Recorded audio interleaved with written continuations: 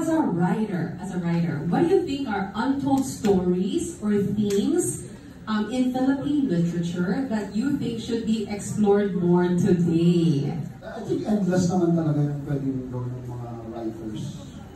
Kung sino-sino pa. For me, meron akong parang dalawang specific na gusto ko mangyari. Number one is, tingin ko maraming mga local stories na kailangan pa natin bukayin. Kasi base sa karanasan ko, 2 years ago, nag-announce yung CCP na magbibigay sila ng grant to do a comic na bahala ka kung anong ba ito. Basta related sa Filipino culture, Filipino history, everything. Because I grew up in Romblon, noong time na yun, ang nasa isip ko, maghanap ng stories from Romblon. So, kahit ano man siya, kahit fantasy or anything, mythology about Romblon, wala akong makita.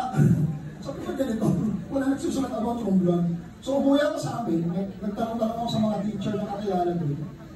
Wala ko tayong libro about sa bayan natin, particularly sa Udjongan.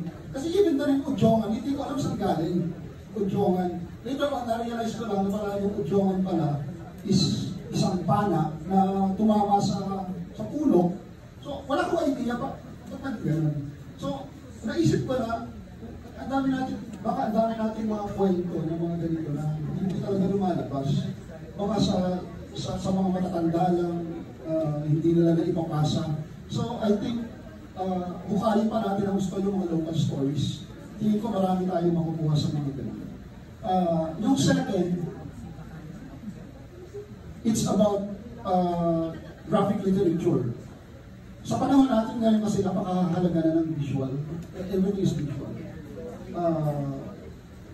Pag umaatin ako ng mga comics conventions abroad, makikita ko yung mga graphic novels, yung mga comics nila. Ang dami natin, iba-ibang paksa, may pambata, may mature content dito. Gusto ko makita na yung mga publications natin, maglabas din ng maraming mga gano'n.